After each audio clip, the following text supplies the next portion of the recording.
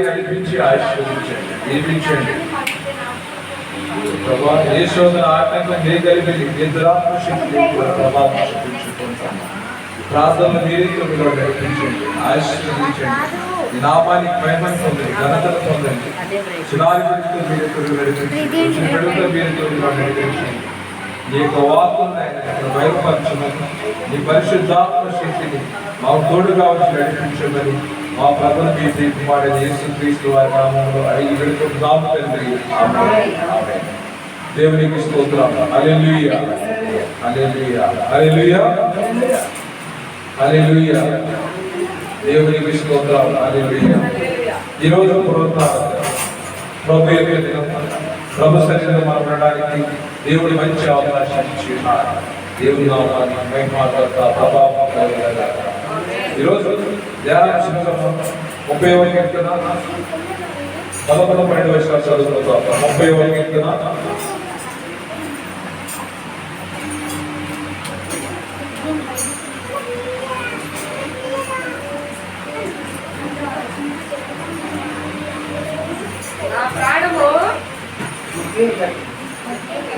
నా ప్రాణము మౌనముగా ఉండక నిన్ను కీర్తించినట్లు నా అంగలార్పును నీవు నాట్యముగా మార్చి ఉన్నావు. నీవు నా నోటి పట్ల వినిపించి సంతోష వస్త్రములను ధరింపచేసి ఉన్నావు. యెహోవా నా దేవా, నిత్యము నిన్ను స్తుతించెదను. దేవునికి స్తోత్రం. హల్లెలూయా. దేవునికి స్తోత్రం. ఇక్కడ నా ప్రాణము మౌనముగా కీర్తించున్నట్టు దేవునికి స్తోత్రం. దేవుని సన్నిధిలో మనం మౌనంగా ఉండాలి కదా. మరి ఏం చేయడానికి వచ్చామంటే దేవుని కీర్తించడానికి మన దేవుని సన్నిధికి వచ్చి ఉన్నాం. దేవునికి స్తోత్రం. అందరూ కూడా కలుగుతున్నట్టు ప్రభువా నీ పరిశుద్ధమైన నామానికి వందనాలు. ప్రభువా బిడ్డలకు ఏ దళాలకు, ఏ బాధలు, ఏ శోధనలు, ఏ ఆటంకంలో సరిగ్గా అడుగు పెట్టారో ప్రతి ఒక్కరిని దర్శించి ఉల్లాస వస్త్రములు బిడ్డలకు ధరింపచి దుఃఖములకు ప్రతిగారాయించండి, సంతోషములు దయచేయండి, బూడిదకు ప్రతిగారాయించండి, ప్రశస్తమైన కృతజ్ఞతలు దయచేయండి. ఈ సన్నిధిలోనైనా ప్రభా బిడ్డలు నాట్యములు భక్తులు వేస్తుంది ఆరాధిస్తుంది స్తుతించే విధానాన్ని మాకు దయచేయండి. ఆరాధన నామాన్ని మహిమకరంగా జరిగించండి. అయోగ్యుడిని అర్పణను నిలబెట్టండి ప్రభా. మీరు మాట్లాడలేనా మీకు వాక్కు వినిచేయండి. ప్రతి ఒక్క బిడ్డని దర్శించి ఆశీర్వదించండి. యేసు పరిశుద్ధమైన నామములో అడిగి వేడుకుంటున్నాము తండ్రి. ఆమేన్. దేవునికి స్తోత్రం. హల్లెలూయా. అందరికీ వందనాలు. ఈరోజు మనం చదువుకున్నటువంటి వాక్యము, నా ప్రాణము మౌనంగా ఉండగా నిన్ను కీర్తించినట్లు నా అంగలార్పు నీవు నాట్యముగా మార్చి ఉన్నావు. దేవునికి స్తోత్రం. ఎంతో దుఃఖము, ఎంతో బాధ, ఎన్నో శోధనలు, ఎన్నో ఆటంకాలు, మరి ఇవన్నీ కూడా మన యొక్క జీవితంలో ఏం చేస్తున్నాయంటే మనల్ని కృంగదీస్తూ ఉన్నాయి. ఈ యొక్క శ్రమల చేత మనం కృంగిపోతూ ఉన్నాం. శ్రమల చేత కృంగిపోతూ ఉన్నప్పుడు దేవుడు మనకు తోడు కాబట్టి నడిపిస్తూ ఉన్నాడు. దేవుడి నామానికి మహిమ కలుగునుగా. వేదన లేనటువంటి కుటుంబం లేదు, దుఃఖము లేనటువంటి కుటుంబం లేదు, ఆర్థిక సమస్యలు అన్ని కుటుంబాల్లో శోధన, అన్ని కుటుంబాల్లో వేదన. అందరూ కూడా ఏదో ఒక విధాన సమస్యగా ఉన్నాయేమో చెప్పుకుంటున్నారు. ఇది మనిషి యొక్క జీవితం. ధనము లేకపోతే అప్పుల వారు చడిగినప్పుడు, కట్టలేనప్పుడు ఎంతో బాధపడుతూ ఉంటాము. మరి ఇవన్నీ కూడా ఏం చేస్తాయంటే వేదన కలిగిస్తాయి, మన ఆనందాన్ని తీసివేస్తాయి, మన సంతోషాన్ని తీసివేస్తాయి, మనల్ని కృంగదీస్తాయి. శ్రమలు ఏం చేస్తాయంటే మనల్ని కృంగదీస్తాయి. ఈ శ్రమలు కృంగదీసినప్పుడు మనం బలహీనం అయిపోతూ ఉంటాం.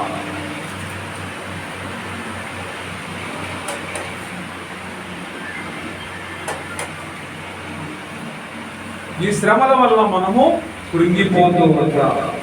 కృంగిపోయి ఇక నాకు ఎవరు లేదు, నేను వంటలు వాడి పడుకున్నా రాదు, కూర్చున్నా కూర్చోలేదు, ఆహారం తినలేదు, మనసులో విచారం అందుకే ప్రభు ఏమంటారంటే మీరు ఉపవాసం ఉన్నప్పుడు మీ ముఖం ఎలా ఉండకూడదంట, వికారంగా ఉండకూడదు, విచారణలు కూడా.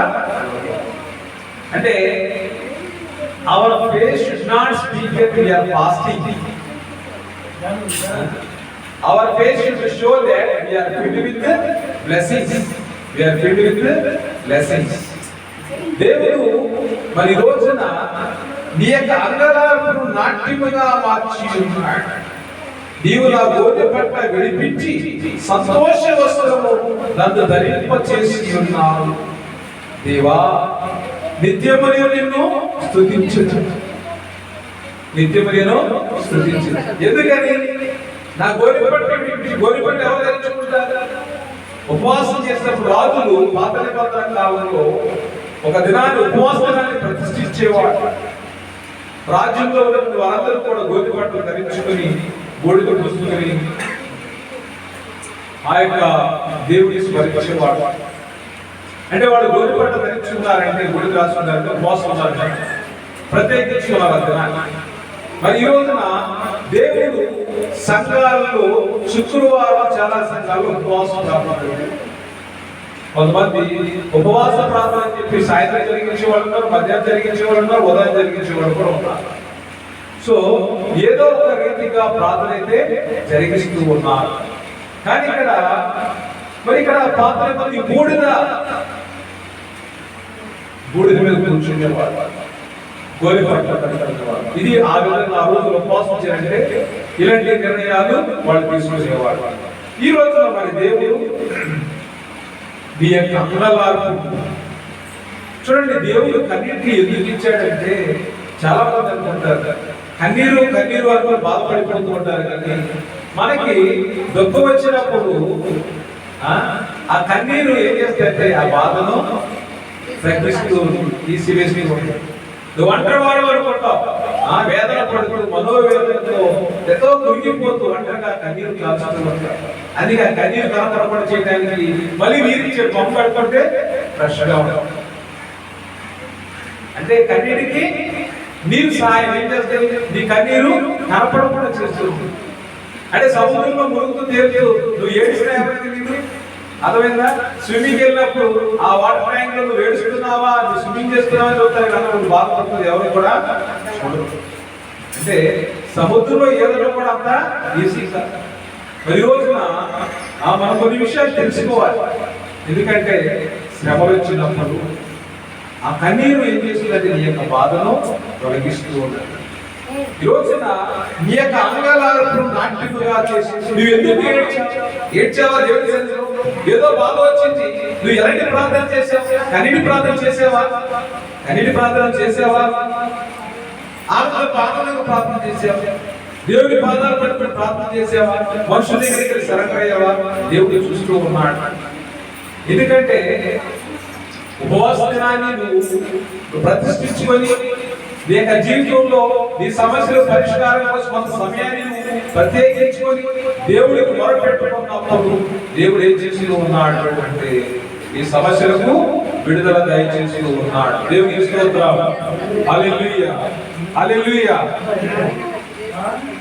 మరి ఇక్కడ ప్రభు మనకి ఏం చేస్తున్నాడు? నీవు నా గోనె పట్ట విడిపించి. గోనె పట్ట అంటే ఇక్కడ దేనికి చిహ్నం అంటే శ్రమలకు చిహ్నం. నీవు నా గోనె పట్ట విడిపించాడు దేవుడు.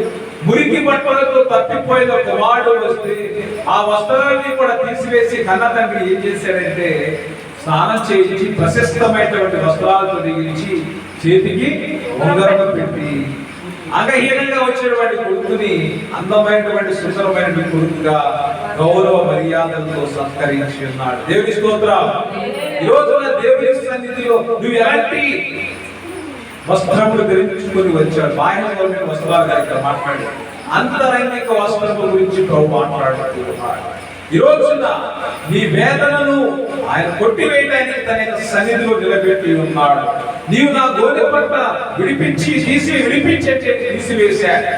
సంతోష వస్త్రము నన్ను ధరింపచేసి ఉన్నావు. ఇక వేదన ఎందుకు? సంతోషంగా ఉండమని దేవుడు చెప్తుంటే నువ్వు వేదన పడతావు, పొంగి పడతావు. ఇంకెందుకు? ఎక్కడ ఏడవాలో అక్కడే ఎక్కడ ఉండి ప్రార్థించాలి అక్కడే ఉండి ప్రార్థించాలి. ఏ దేవుడు మీ సమస్యను పరిష్కరిస్తే అక్కడే నేను నిలబడాలి. దేవుని యొక్క కుటుంబాలు ఈరోజు చాలా విచ్ఛిన్నంగా ఉన్నాయండి. చాలా చాలా చాలా సమస్యలతో కుటుంబాలు, భార్యాభర్తల మధ్య సమాధానం లేదు, పిల్లలు తల్లిదండ్రుల మధ్య సమాధానం లేదు, అన్నదమ్ముల మధ్య సమాధానం, అక్క చెల్లి మధ్య సమాధానం లేదు, తోడు కోడల మధ్య సమాధానం, తోడళ్ళ మధ్య సమాధానం లేదు, నువ్వు పని చేసిన ఉద్యోగస్థలాల్లో సమాధానం లేదు, క్లాస్ రూమ్ లో సమాధానం లేదు, ఇద్దరు పిల్లలు కలిసి లేదు, ఇద్దరు భార్యాభర్తలు కలిసి లేదు. కానీ స్నేహితులు చెప్పుకుంటారు. ఏమని చెప్పుకుంటారు? భార్యాభర్తలు చెప్పుకుంటారు, స్నేహితులు చెప్పుకుంటారు. కానీ ఒకరొకరు పొడుచుకుంటారు, గెలుచుకుంటారు, ఒకరొకరి గురించి మాట్లాడుతూనే. పిల్లలైతే మర్చిపోతారు, పెద్దవాళ్ళైతే మనసులో పెట్టుకుంటారు. మరి ఈ విధంగా మన యొక్క సంచారానికి కొనసాగుతూ దేవుడు దాని నుంచి ఐహిక విచారములన్నీ కూడా దేవుడు కొట్టివేశాడు.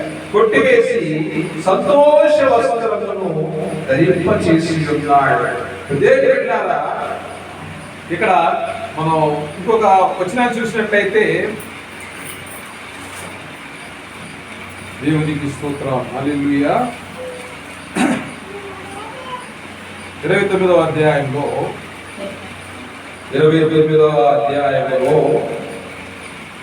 ఏమని చెప్తున్నాడంటే, ఆయన ఈ యొక్క అంగలార్పు నాట్యముగా చేసి ఉన్నాడు, ఈ యొక్క గోనె పట్ల విడిపించి నీకు సంతోష వస్త్రమును ధరింపచేసి ఉన్నాడు. మరి ఇప్పుడు నువ్వేం చేస్తున్నావు? మరి నువ్వు ఎప్పుడేం చేస్తున్నావు? చూడండి 29వ అధ్యాయం, కీర్తనలు 29వ అధ్యాయం 2వ వచనం. యెహోవా నామమునకు చెందవలసిన ప్రభావమును ఆయనకు ఆరోపించుడి, ప్రతిష్ఠితులకు ఆభరణములను ధరించుకొని ఆయన ఎదుట సాగిలపడి. ఎందుకంటే ఆయన స్వరము అగ్నిజ్వాలను ప్రజ్వలింప చేయుచున్నది, ఆయన స్వరము అరణ్యమును కదిలించును, యెహోవా కాదేశ అరణ్యము కదిలించును, యెహోవా స్వరము నీళ్లను ఈనచేయును, అది ఆకులు రాల్చును. ఆయన ఆలయములో ఉన్నవన్నీ ఆయనకే ప్రభావము అనుచున్నవి. మరి రోజున ఆయన ఆలయంలో ఉన్నావా? ఉంటే ఇప్పుడు ఎవరికి చెందాలి ఆ ప్రభావం, ఆ ఘనత, మహిమ? మనుషుడికి చెందాలా, దేవునికి చెందాలా? దేవునికి చెందాలి. అంతేగాని ఇక్కడ మరి మనం ఆలోచించాలి. ఏమి ఆలోచించాలంటే, దేవుని సన్నిధిలో ఉండి దేవునికి చెందవలసిన ప్రభావమును నువ్వు ఎవరికి ఆరోపిస్తున్నావు, ఎవరికి చెప్తూ ఉన్నావు, ఎవరికి తెలియజేస్తున్నావు? ఇక్కడ కూర్చొని నీ చిత్త గురించి, నీ బాధల గురించి ఆలోచిస్తున్నావా? ఇక్కడ కూర్చొని పోగొట్టుకున్న దాని కొరకు ఆలోచిస్తున్నావా? ఇక్కడ కూర్చొని ఇంటి దగ్గర వదిలివేసిన పని గురించి ఆలోచిస్తున్నావా? ఇక్కడ కూర్చొని నీకు ఒక ఎదురు చూస్తున్న బంధువులు వస్తున్నారని ఎదురు చూస్తున్నావు, ఆలోచిస్తున్నావా? సో ఇప్పుడు ఇక్కడ కూర్చొని నువ్వు రెండవ ఆలోచన కలిగి ఉన్నావు కాబట్టి నిజముగా దేవునికి ఆయనకు చెందవలసిన ప్రభావం ఆయనకు ఆరోపిస్తున్నావా? ప్రశ్నించుకోవాలి. ప్రతిష్ఠితులకు ఆభరణములు ధరించుకొని ఆయన ఎదుట సాగిలపడు. అంటే నీ యొక్క జీవితంలో దేవుని యొక్క సన్నిధిలో ఉండాలి అంటే దేవుడు నీకు ఉల్లాస వస్త్రము, సంతోష వస్త్రము ధరింపచేసి ఉన్నాడు. So there is no need to turn back. ఇక వెనుక చూడవలసినటువంటి అవసరము లేదు. నీ బూడిదను ఆయన దాని నుంచి విడిపించి ఉన్నాడు. యెషయా ప్రవక్త కూడా ఇదే విషయం గురించి మాట్లాడుతూ ఉన్నాడు. చూడండి, యెషయా గ్రంథము 61వ అధ్యాయం 3వ వచనం.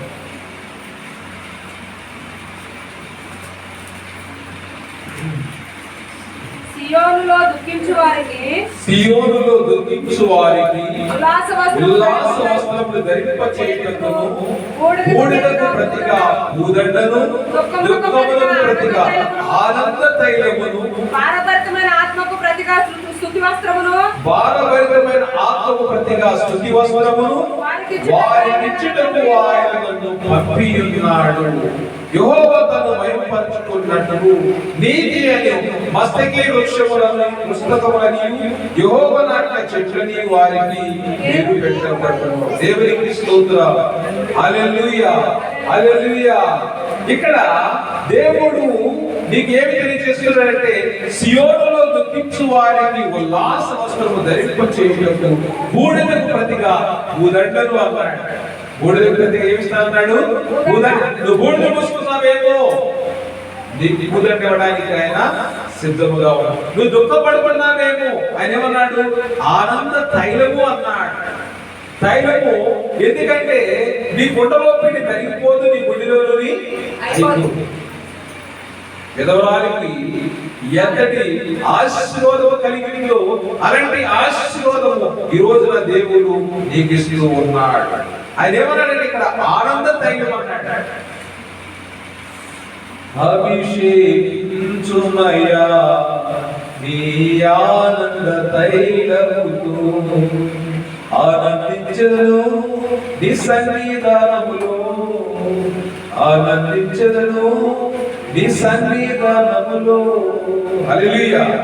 అంటే ఇక్కడ నీ యొక్క దుఃఖములకు ప్రతిగా దేవుడు ఆనంద తైలం, అభిషేకం అని.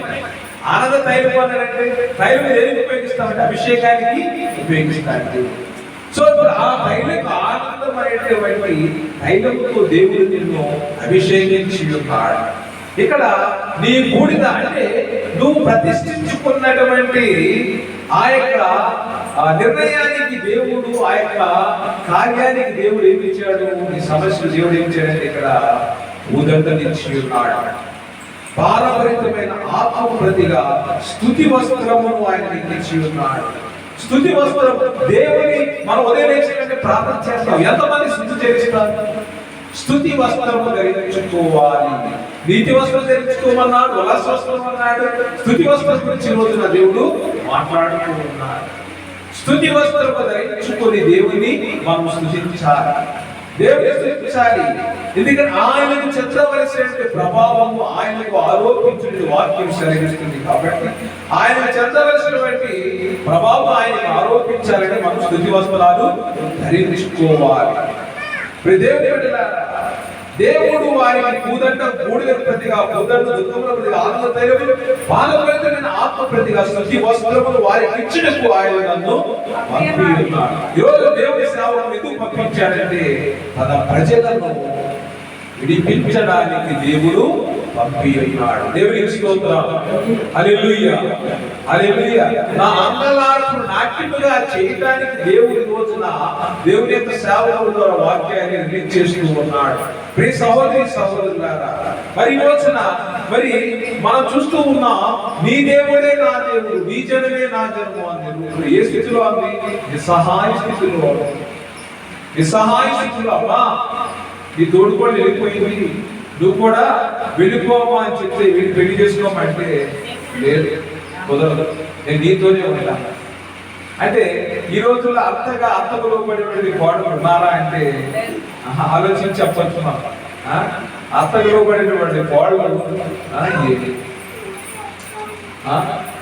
ఈ విషయాన్ని కూడా మనం జ్ఞాపకం. ఎందుకంటే ఈ యొక్క రూతు యొక్క జీవితాన్ని దేవుడు ఎంతగా ఆశీర్వదించాడంటే అంతగా ఆశీర్వదించాడు. కన్నీరు నయోమి, రూతు ఎంత ఆనందంగా దేశాన్ని విడిచి వెళ్ళారో అంత దుఃఖంతో తిరిగి వచ్చారు. వాళ్ళు వస్తున్నప్పుడు ఏమీ తీసుకురాలేదండి, వట్టి చేతులతో వచ్చారు.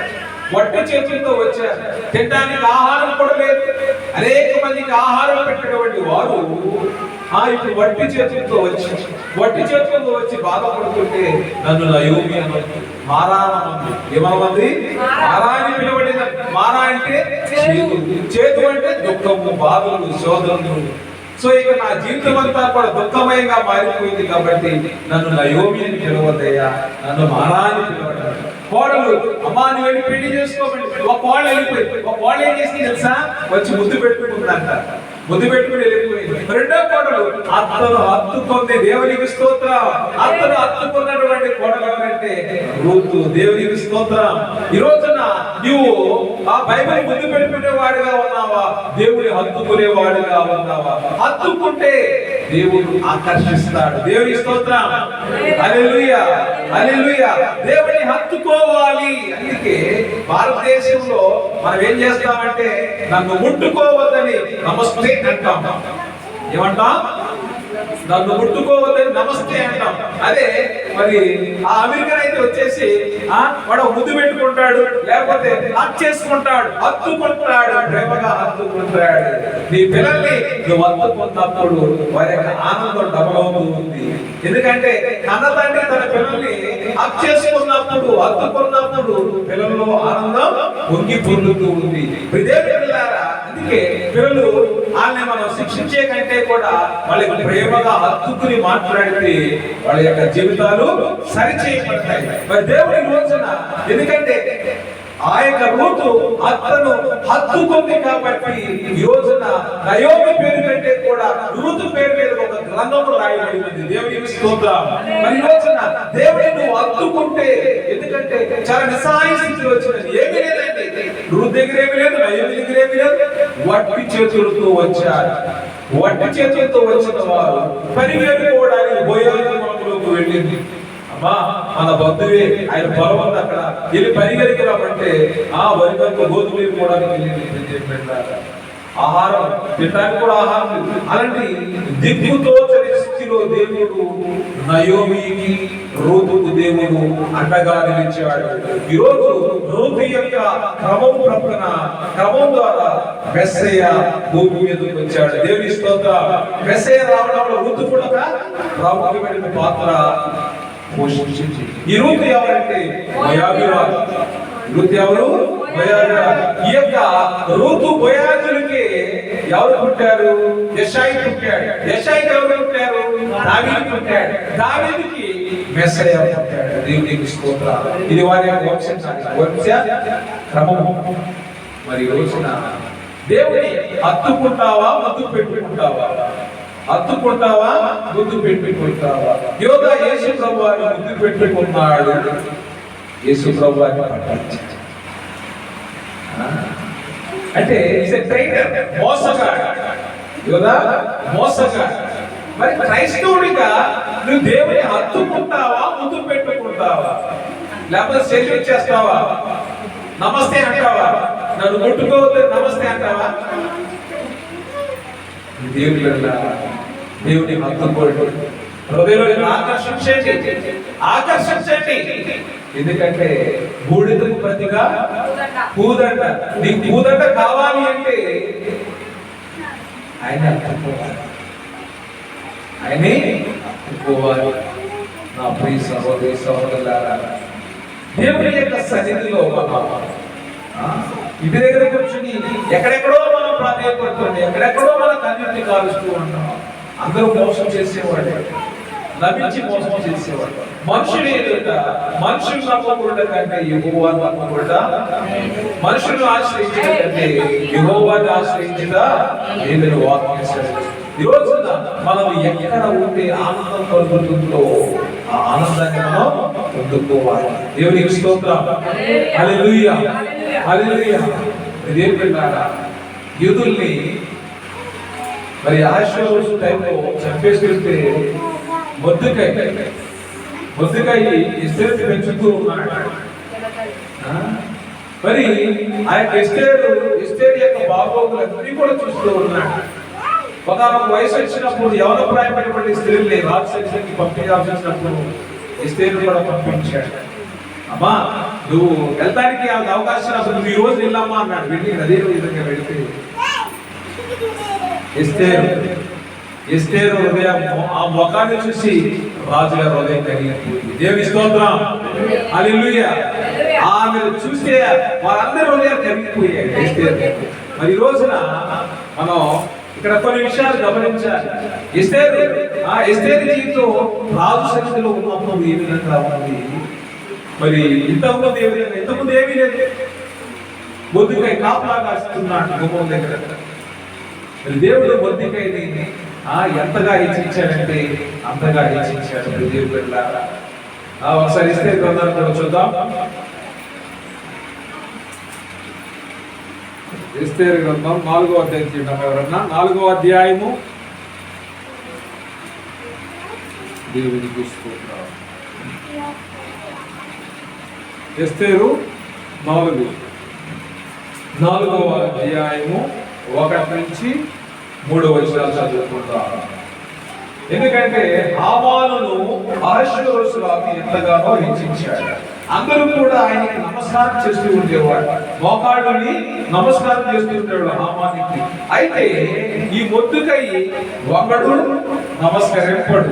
హామాను చూసినప్పుడు బహుగా కోప్పడ్డాడు. మొద్దుకై ప్రాణం మాత్రం తీట స్వల్పకాలం నుంచి మొద్దుకై యొక్క జనులు ఎవరైనా తెలుసుకొని అహష్వేరోషు యొక్క రాజ్యమంతటను మొద్దుకై స్వజనులకు యూదులందరినీ సంహరించుటకు ఆలోచించాడు. ఎవరు? హామాను ఏం చేశాడు అంటే మొద్దుకై ఒక్కడే చెప్పాను చిన్న పని ఎంత ఒక్కడగా మొత్తాన్ని తీసేయాలనుకున్నాడు.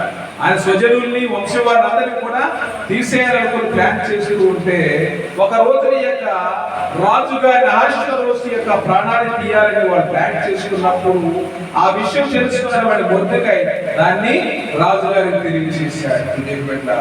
ఆ యొక్క రాజుగారికి తెలియచేయటం వలన ఇప్పుడు మొద్దుకై చూడండి, ఆ యొక్క హామాను మొద్దుకై చంపడానికి ఒక కాడిని కూడా రెడీ చేశాడు. రెడీ చేస్తే ఇప్పుడు ఏమి జరిగిందో చూడండి. అక్కడ జరిగినదంతా 4వ అధ్యాయం 13 వచనాలు. జరిగినదంతా తెలియగానే మొద్దుకై తన బట్టలు చింపుకొని గోధుమ పట్టణం వేసుకొని బూడిద పోసుకొని పట్టణము మధ్యకు బయలువెళ్ళి మహాశోకముతో రోదనము చేసి రాజగుమ్మం ఎదుటికి వచ్చెను. గోనె కట్టుకొనిన వాడు రాజగుమ్మమున ప్రవేశింపకూడదన్న ఆజ్ఞ కలదు. రాజు యొక్క ఆజ్ఞయు శాసనము ఏ సంస్థానంలోకి వచ్చెనో అక్కడ ఉన్న యూదులు ఉపవాసం ఉండి మహా దుఃఖముతోను ఏడుపులలోను రోదనములోను మునిగిన వారైంది. అనేకులు గోనెను బూడిదను వేసుకొని పడి ఉండేది. ఈ విధంగా ఎందుకంటే ఇప్పుడు తీర్పు ఏమొచ్చింది? యూదులందరినీ కూడా చంపివేయమని తీర్పు వచ్చింది, ఆజ్ఞ జారీ చేశారు. ఇంకా యూదులు ఎవరు కూడా వినడానికి అవకాశం లేదు. అలాంటి సమయంలో వాళ్ళందరూ కూడా ఏం చేస్తున్నారు?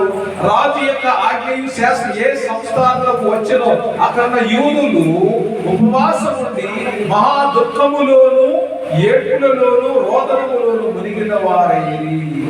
ఈ విధంగా వాళ్ళు అనేకులు గోనెను బూడిదను వేసుకొని పడుతున్నారు. ఈ విధంగా వాళ్ళు పరిస్థితులు ఎంత దుఃఖంలో మునిగిపోయారు. ఎంత దుఃఖంలో మునిగిపోతే మరి దేవుడు మరి మొద్దుకై చేసినటువంటి గొప్ప కార్యము ద్వారా దేవుడు ఆయన ఏ స్థితిలో ఉంచాడో చూడండి. 8వ అధ్యాయం ఎస్తేరు గ్రంథం. అయితే అయితే యూదులైన మొద్దుకై రాజ్యంలో కూర్చుని నేను చూసినంత కాలం ఆ పదవి అందరి వల్ల నాకు ప్రయోజనం ఏమీ లేదని అతడు తన భార్య స్నేహితులకు చెప్పితే దాని మీద మొద్దుకై ఉరితీయబడినట్టు రేపు నువ్వు రాజుతో మనవి చెయ్యి అని చెప్పేసి అందరూ కూడా సలహా ఇచ్చారు. తర్వాత నేను సంతోషంగా రాజుతో కూడా వినలకు అంటే ఎందుకంటే ఎస్తేరు విధిస్తుంటే అందరూ అక్కడ రమ్మన్నారు. హామాను కూడా వస్తున్నాడు, అహష్వేరోషు రాజు కూడా వస్తున్నాడు. ఆ రోజు రాత్రి నిద్ర పట్టకపోయింది. రాజ్యం సమాచారం రాజు గారికి ఆజ్ఞ ఇస్తే ద్వారపాలకులైన బిగ్తాను తెరేషు రాజు యొక్క ఇద్దరు నపుంసకులు రాజైన అహష్వేరోషు సంపయించిన సంగతి మొద్దుకై తెలిపినట్లు అందులో రాయబడి ఉండేదో. ఇప్పుడు దేవుని పిల్లలారా, అయితే ఇంతగా ఈ విషయాన్ని బయలుపరచడానికి రాజుగారిని చంపడానికి ద్వారపాలకుల యొక్క నపుంసకులు కూడా బిగ్తాను తెరేషు ప్లాన్ చేసిన విషయం ఎవరు చెప్పారు?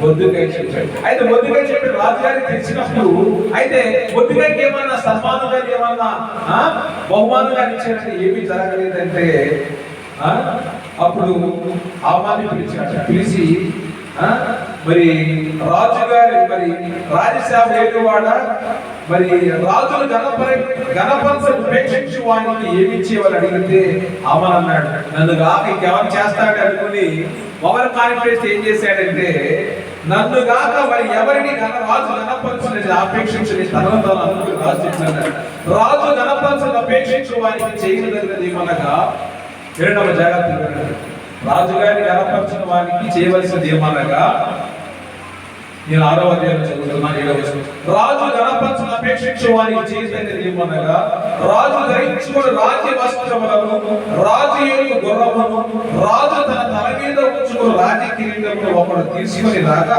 గనులైన రాజు యొక్క అధిపతులను ఒకడు ఆ వస్త్రము ఆ గుర్రమును పట్టుకొని రాజు గణపరిచిన అపేక్షించు వారికి ఆ వస్త్రము ధరింపచేసి ఆ గుర్రం మీద అతన్ని ఎక్కించి రాజ్య వీధుల్లో అతను నడిపించుచు రాజు మనసును అపేక్షించు వారికి ఈ ప్రకారముగా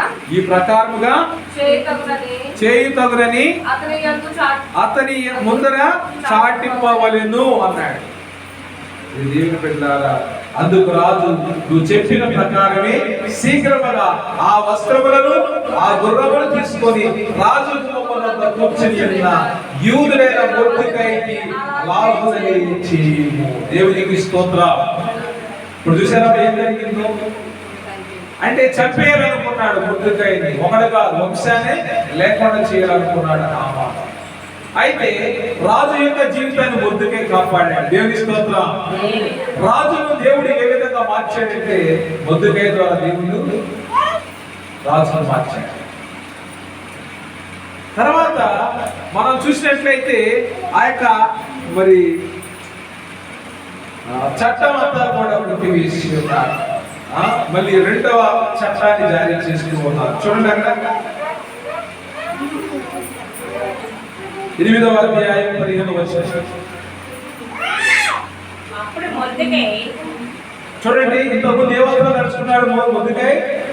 గోడి బట్ట కట్టుకుని గోడి మీద పడుకున్న వాళ్ళందరూ గోడి బట్టలు ధరించుకున్నారు. ఇప్పుడు మొర్దెకైని దేవుడు ఎంతగా హెచ్చించాడో చూడండి. అప్పుడు మొర్దెకై ఊదా వర్ణమును తెలుపు వర్ణములు గల రాజవస్త్రమును బంగారు పెద్ద కిరీటమును అవిసనాలతో చేయబడిన దుబ్బల వర్ణము గల వస్త్రమును ధరించుకున్న వాడై రాజసభకు నుండి బయలుదేరేను. దేవునికి స్తోత్రం. గోనె పట్ట ఏ కట్టుకున్నాడు?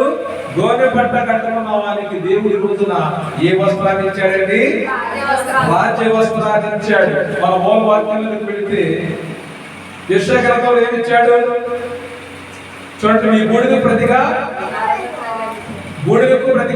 పూదండ అన్నాడు. దుఃఖానికి చూడండి 61 కూడా వచ్చిన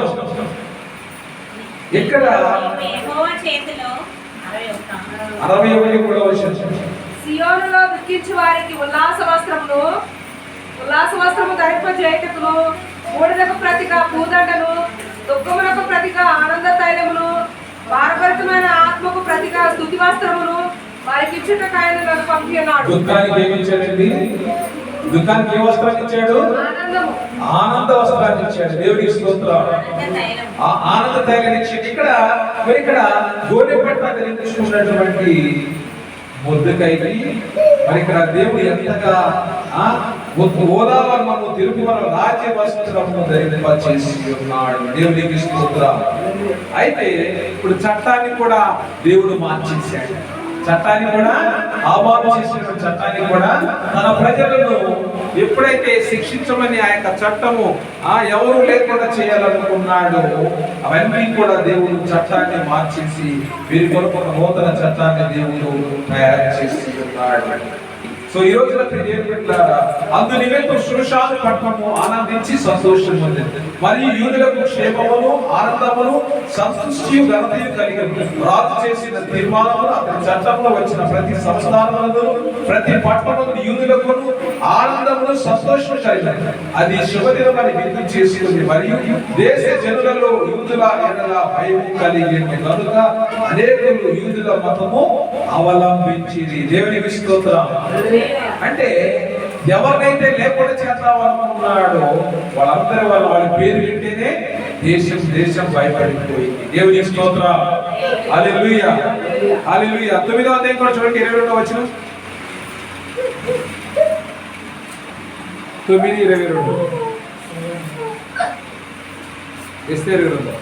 విందు చేసుకొచ్చు సంతోషంగా ఒకరినొకరు బహుమానములను దరిద్రులకు కానుకలను పంపతైన దినములన్నీ వారికి దేవునికి స్తోత్రం. హల్లెలూయా. ఇప్పుడు యూదులందరూ ఏం చేస్తున్నారు? పండగ చేసుకుంటున్నారు. 20వ వచనం చూడండి.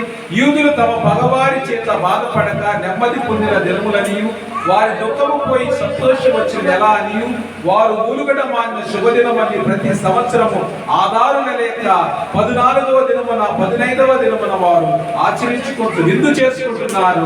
సంతోషంగా ఒకరినొకరు బహుమానం పంపుకుంటున్నారు. దరిద్రులకు కానుకలు పంపుతూ ఉన్నారు.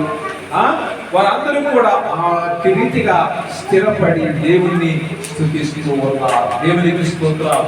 హల్లెలూయా, హల్లెలూయా. దేవుని బిడ్డలారా, ఈ రోజు నీ యొక్క జీవితంలో దేవుడు గొప్ప కార్యం చేస్తూ ఉన్నాడు. నీ యొక్క దుఃఖాన్ని తీసివేస్తూ ఉన్నాడు. నీ యొక్క అంగలార్పు నాట్యముగా మారుస్తూ ఉన్నాడు. నీ కన్నీటి యొక్క ప్రతి భాషలో బిందువును ఆయన తుడిచివేస్తూ ఉన్నాడు. కాబట్టి బూడిదకు ప్రతిగా భూదండను కలిగించుకో. బూడిద అంటే ప్రతిష్ఠించుకోవడం. ఒక దినము, ఇది ఒక రథ దినము. ప్రతిష్ఠించుకో. నీ యొక్క దినాలను ప్రతిష్ఠించుకొని దేవుని సన్నిధిలో మనం గోచాడాలి. దేవుని యొక్క కాళ్ళు పట్టుకోవాలి. దేవుని సన్నిధిలో మనం కన్నీరు కార్చాలి. ఎందుకంటే నీ భారభరితమైన హృదయానికి దేవుడు ఏమిస్తున్నాడంటే స్తుతి వస్త్రాన్ని ఇస్తున్నాడు. దేవుని స్తోత్రాలు. హల్లెలూయా, హల్లెలూయా. నీ యొక్క హృదయానికి ఉల్లాస వస్త్రము ధరింప చేస్తూ ఉన్నాడు దేవుడు. సంతోష వస్త్రము, ఉల్లాస వస్త్రము, అంగలార్పు నాట్యంగా చేస్తున్నాడు. రాజవస్త్రాన్ని ధరింప చేస్తూ ఉన్నాడు. ఈ రోజున తన సన్నిధిలో నిల్చోబెట్టాడు. దేవుని స్తోత్రాలు. హల్లెలూయా. నువ్వు ఒంటరివి కాదు, నువ్వు ఒంటరివి కాదు. ఈ శ్రమలను ఎదుర్కోలేని బాధపడుతున్నావేమో జాగ్రత్తగా ఆలోచించు. నిస్సహాయ స్థితిలో ఉన్నటువంటి మొద్దుకాయ ద్వారా చట్టాలు మార్చబడతాయి. రాజు యొక్క సన్నిధిలో ఉన్నటువంటి ఎస్తేరు వెళ్ళి రాజుగారిని మనం చేసుకుంది, అయ్యా నా ప్రజలు నశించిపోతున్నారు, నా ప్రజలు నాశనం చేయని ఒక చట్టం చేయబడింది, దాన్ని కొట్టివేయమంటే కొట్టివేశాడు. దానికి ప్రతిగా నూతన చట్టాన్ని తయారు చేశాడు యూదుల కొరకు. దేవునికి స్తోత్రం. అది ఈ రోజున క్రైస్తవుడైనందుకు నువ్వు శ్రమ పడుతున్నావేమో, బాధపడుతున్నావేమో, సిగ్గుపడుతున్నావేమో, ఏ పేరుని బట్టి నువ్వు అవమానం పొందావు, అదే పేరుని బట్టి దేవుడిని హెచ్చించబోతూ ఉన్నాడు. దేవునికి స్తోత్రం. హల్లెలూయా, హల్లెలూయా. దేవుని బిడ్డలారా, మన తండ్రి రాజు. రాజు బిడ్డలు ఎలా ఉండాలి? రాజు బిడ్డలాగా ఉండాలి. దేవుని స్తోత్రం. మీరు రాజులైన యాజక సమూహమును ప్రతిష్ఠితమైన జనము అన్నారు. ఎందుకంటే our daddy is king, we are the children of prince. అర్థమైందా? మన రాజులు మాత్రం ఎలా ఉండాలి? అలా ఉండాలి. అంత టీవీగా ఉండాలి, ధైర్యంగా ఉండాలి. ఈ రోజుల్లో లోపల ఎక్కడ తొలగిపోవు. ఉద్యోగం లేదని బాధపడు, ఉద్యోగం ఇస్తాడు, ఆయన ఇస్తాడు, రాజు తెలుస్తూ ఉన్నాడు. ఆర్థిక సమస్యలు బాధపడదు. ఆర్థిక సమస్యలు ఎందుకు లేదండి? ఎందుకంటే ఆర్థిక సమస్యలు ఎందుకు లేవన్నారంటే ఎన్ని కోట్లు ఉన్నా కానీ ఇంకా కోట్లు మింగాలని ప్రయత్నం చేస్తూనే ఉంటాడు. కోట్లు ఉన్నవాడు కోట్లు సంపాదించాలి, వేలు ఉన్నవాడు వేలు సంపాదించాలి, లక్షలు ఉన్నవాడు లక్షలు. అంటే ఎందుకంటే ఆశ కలిగి ధనానికి లిమిట్ లేదు. అది ఎంత వచ్చినా కానీ తీసుకురావాలి. ఇప్పుడు అదాని ఉన్నాడు, అబ్బాయి ఉన్నాడు, మరి వీళ్ళందరూ కూడా ఏంటంటే ఆగిపోయారు. అందరితో ఆగిపోయారా? ఇది కోట్లు చాలే, ఓనా తిరుపతి రాజు సుఖించుకొని ఆగిపోయారా?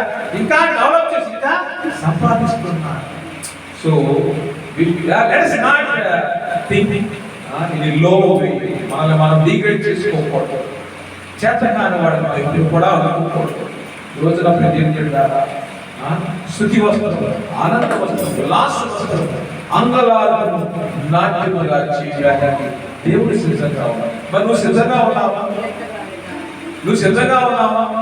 అంటే నీ కన్నీటిను తీసివేయడానికి దేవుడు సిద్ధంగా ఉన్నాడు. దేవునికి స్తోత్రం. హల్లెలూయా. దేవుడితో మనం మొరపెట్టుకోవాలి, దేవునికి మనం మొరపెట్టుకోవాలి, దేవుని ఆరాధించాలి, దేవుని సన్నిధిలో మనం గోచాడాలి. గోచాడినప్పుడు నీ ప్రతి సమస్యకు సమాధానం వస్తుంది. ఎక్కడ సమాధానం వస్తుంది? దేవుడి దగ్గరే వస్తుంది. ఈ రోజున దేవుడి దగ్గర ఇచ్చే విషయంలో, దేవుడి దగ్గర తీసుకునే విషయంలో, దేవుడి దగ్గర ప్రార్థన చేసే విషయంలో, దేవుడి సన్నిధిలో వాడబడే విషయంలో, దేవుడి సన్నిధిలో గడిపే సమయంలో ఎలా ఉన్నామా అని ప్రశ్నించుకోవాలి. గోధుమ పంట కట్టుకున్నారంటే వాళ్ళు ఇక ఏమి చేయకుండా తీర్మానం చేసుకున్నారు. అంటే ఏంటి? దాన్ని ప్రతిష్ఠించుకున్నారు. ప్రతిష్ఠించుకుని ప్రార్థన చేశారు. వృత దినాన్ని, అర్థమైందా? వృత దినాన్ని వాళ్ళు ప్రతిష్ఠించుకుని ప్రార్థన చేశారు కాబట్టి ప్రతిఫలాన్ని పొందుకుంటారు. నువ్వు ప్రార్థన చేస్తున్నా అక్కడ ఇక్కడ ప్రార్థన చేస్తున్న కార్యాలు ఎలా జరుగుతాయి? ఎలా జరుగుతాయి ఆలోచించండి. నువ్వు ఏమి చేసావా అంటే ఆయన ఎంతో చేశావు. ఆయన ఏం చేసేది ఎంతో చేశావు. మరి నువ్వేం చేసావంటే చెప్పుకోవడానికి ఒక సెకండ్ సమయం కూడా మనం కేటాయించవచ్చు. దేవుడి దృష్టికి ఒక దినము ఎంతో సమాధానము 1000 దినాలు సమానం. మరి ఒక గంట దేవుడి సన్నిధి ఎంత చెప్పుకున్నట్టు? It may be nano second, it's not more than nano second. అంటే సెకండ్ కూడా కాదు, దేవుడికి ఒక దినము 1000 సంవత్సరాలతో సమానం అయితే దేవుని శరీరంలో మరి ఎంత సమయం గడిపి ఒకసారి ఆలోచించండి. ఆయన దృష్టిలో మనం ఎంత సమయం దేవుని దృష్టిలో ఆయన సన్నిధిలో ఆలోచించుకోవాలి. ఎందుకు చెప్తారంటే నీకు బాధ వచ్చింది, ఎంతసేపు నువ్వు ప్రార్థన చేసావంటే నేను అరగంట చేశాను, గంట చేశాను, 3 గంటలు is nothing in the sight of God. ఆయన దృష్టిలో 3 గంటలు అనేటువంటిది శూన్యం. ప్రారంభంలో ఈ భూమి ఎలా ఉంది? నిరాకారముగాను శూన్యముగాను. చూడండి ఆదికాండం మొదటి అధ్యాయం. దేవునికి స్తోత్రం, హల్లెలూయా. ఎలా ఉందమ్మా? రెండవ వచనం చదవండి. భూమి నిరాకారముగాను శూన్యముగాను ఉండెను. అగాధ చీకటి అగాధ జలములపైన కమ్మి ఉండెను. దేవుడి ఆత్మ జలములపైన అల్లాడుచుండెను. దేవుడు వెలుగు అంటే దేవునికి స్తోత్రం, హల్లెలూయా. భూమి ఎలా ఉందండి? ఎలా ఉంది భూమి? చూడండి భూమి ఎలా ఉంది? నిరాకారముగాను శూన్యముగాను. అంటే దేవుని బిడ్డలారా, శూన్యములు ఈ భూమిని వేలాడదీసిన దేవుడు. దేవునికి స్తోత్రం. దేవుడు ఏం చేశాడు? శూన్యముల భూమిని వేలాడదీశాడు. ఒక ఫార్మ్లెస్, ఒక ఫార్మ్ అనేది లేదు, ఒక ఆర్డర్ అనేది లేదు. అలాంటి భూమికి ఏమి ఇచ్చాడంటే ఒక ఆర్డర్ ఇచ్చాడు, ఒక రూపాన్ని ఇచ్చాడు. ఆయన ఒక రూపాన్ని ఇచ్చాడు. చీకటిలో వెలుగును సృష్టించాడు. దేవునికి స్తోత్రం, హల్లెలూయా. చీకటి చేత, సమస్యల చేత చిక్కిపోతున్న నీ జీవితంలో, ఒక క్రమంలో నీ జీవితంలో God is going to bring order in the life. God is going to bring calmness in the life. దేవుడు యొక్క జీవితంలో శాంతి తీసుకురావాలనుకుంటున్నాడు. ఈ రోజున మన యొక్క జీవితం ఎలా ఉందంటే చాలా గజిబిజిగా అర్థం కావట్లేదు. ఏమి చేయాలి అర్థం కాదు, ఏం చేస్తున్నాం అర్థం కాదు, ఏమి చేయాలి అర్థం కాదు.